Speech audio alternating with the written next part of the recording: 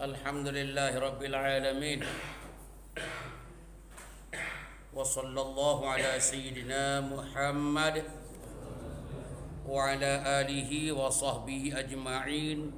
Amma ba'du.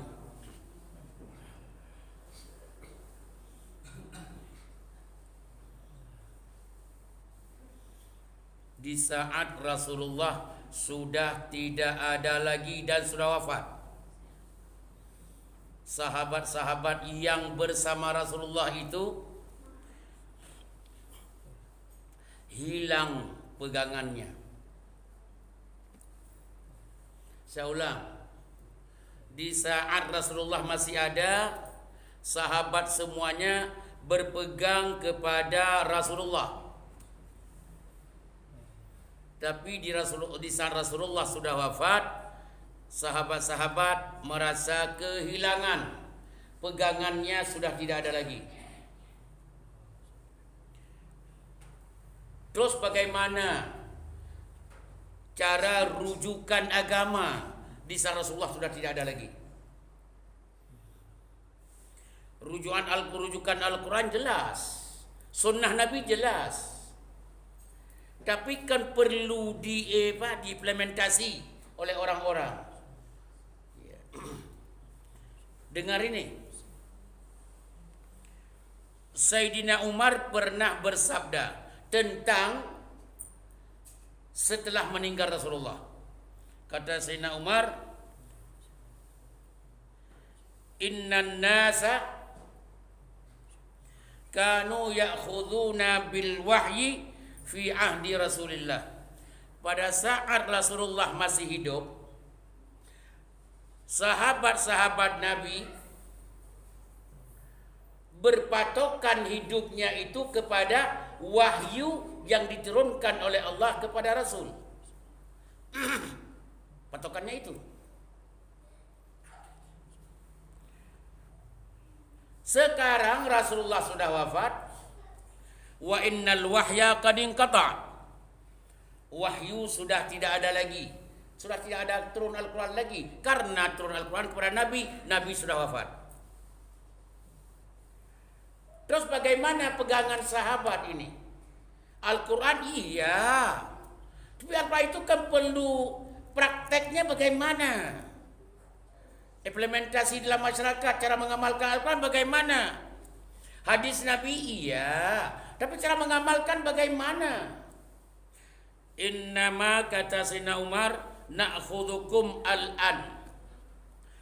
Pegangan kami ini masyarakat yang ditinggalkan oleh Nabi ini. Masyarakat yang ditinggalkan oleh Rasulullah itu pegangan kami sekarang kalian ini.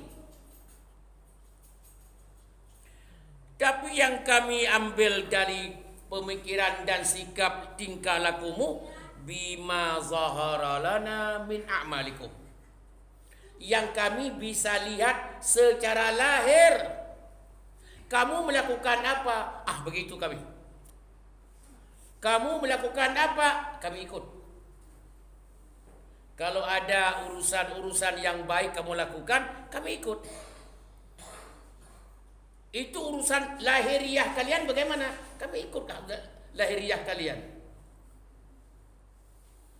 Faman adhara lana khairan. Kalau ada yang memperlihatkan sikap agamanya, sikap iman dan takwanya, sikap kesalehannya di hadapan kami, kami akan ambil itu baik sekali dan kami ikutin kalian. Aminnahu wa qarrabnahu, dan kami dekatin kalian karena bagus yang kamu amalkan.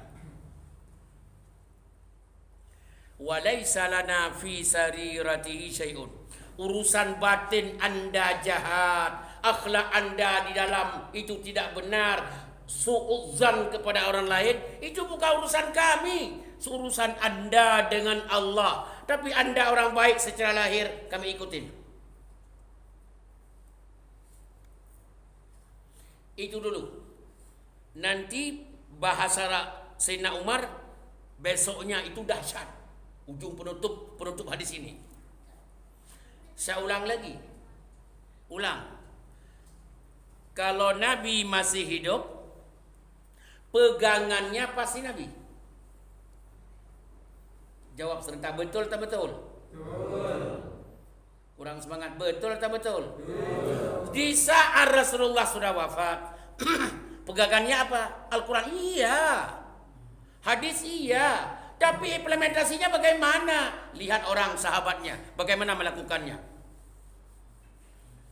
Kalau sahabat melakukan sesuatu amalan soleh, sesuatu yang baik, kami ambil. Kami ambil. Anda sedang memahami, sedang mempraktekkan apa yang Anda paham tentang hadis Nabi, tentang Al-Quran pada masa Nabi. Kami ikutin. Urusan Anda hatimu tidak baik, suudzan dan macam-macam, urusan Anda dengan Allah itu urusan kami. Kami hanya melihat secara lahir saja. Fima zahara lana min a'malikum. Yang lahir dari perbuatanmu itu kami ambil. Urusan kamu tidak baik dengan Allah itu urusan kamu. Itu dulu. Kalau kamu lakukan yang baik, kami ambil. Apa maknanya dan hadis ini kalau kita terapkan di dalam hidup kita Masjid Al-Hidayah? Kita gak usah kemana-mana, mesti kita aja dah. Kalau ada orang melakukan kebaikan, tiru. Ikutin dia. Itu cuma setur muka dok. Enggak, itu bukan urusan Anda. Itu bukan urusan Anda. Masalah hati batinnya urusan dia dengan Allah. Kalau dia melakukan baik, ikut. Mau contoh? Contoh mau? Kok diam? Mau contoh? Mau. Anda setiap keluar masjid, sandal Anda sudah rapi, dirapikan oleh orang kita nggak tahu. Entah siapa yang merapikan. Tadi berantakan begitu kita masuk masjid. Begitu kita keluar rapi, ini contoh rapi sandal. Ini perbuatan baik yang dilakukan oleh seseorang. Ikutin.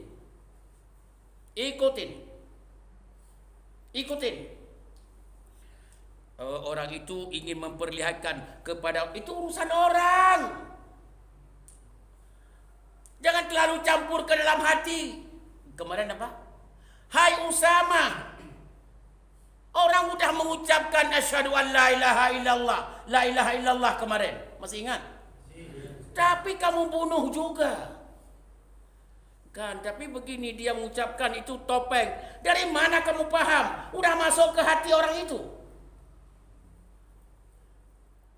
Hati orang gak ada yang tahu. Kalau dengan bahasa legosonya, jangan lebih alim kamu daripada orang alim, lebih kiai kamu daripada kiai, lebih paham kamu daripada Allah. Jangan.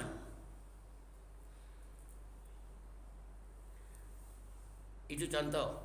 Orang rapikan sandal, masuk kita berantakan sandal. Begitu kita keluar, Allahu Akbar, rapi. Siapa yang merapikan? Gak usah cari. Itu sebuah kebaikan, ikutin Anda. Ini tujuan hadis. Contoh satu. Mau contoh satu lagi? Karena contoh itu belum tentu dipaham semua. Contoh yang kedua. Ada orang setiap masuk dalam masjid, walaupun 500 rupiah, 1000 rupiah, 2000 rupiah, blek dalam celengan. Setiap saat, ikutin.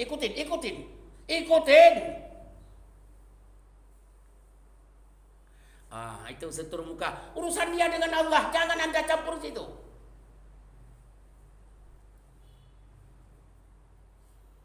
Kalau Anda masuk, itu setur muka, memperlihatkan sedekahnya. Kalau Anda masuk ke situ, nanti hari akhirat ditanya oleh malaikat, dari kapan kamu masuk dalam hatinya itu? Karena kamu memasuki dalam hatinya yang tidak mungkin kamu masuk neraka dululah. Suudzon kepada orang lain.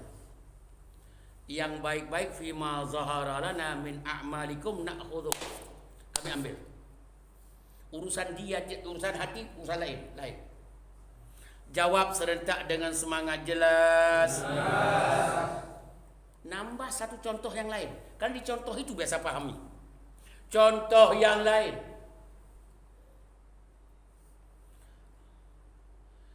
Ada orang kalau salat dia saf terdepan, di situ saja dia ambil posisi. Ada orang selalu dia datang ke masjid, dia kalau cepat dia datang, dia di posisi situ saja selalu. Selalu di situ dia ambil posisi. Itu dalam agama baik. Ikutin. Itu dia memperlihatkan jangan masuk dalam hati orang. Anda tak paham itu? Urusan hati, urusan Allah. Jawab serentak, urusan hati, urusan Allah. Kita fima zahara lana min a'malikum. Yang lahir urusan kita. Jangan terlalu membaca batin orang. Jangan terlalu membaca dalam hati orang. Kalau anda banyak membaca hati orang, ada mereka itu busuk hati, dia suuzat begini. Maaf, anda pula yang jadi masalah di hari akhirat. Jawab serentak dengan semangat. Jelas? Kurang. Sekali lagi. Jelas? Baca sama-sama. 1, 2, 3. Subhanakallahumma wa bihamdika asyhadu an la ilaha illa anta astaghfiruka wa atubu ilaik. Wassalamualaikum warahmatullahi wabarakatuh.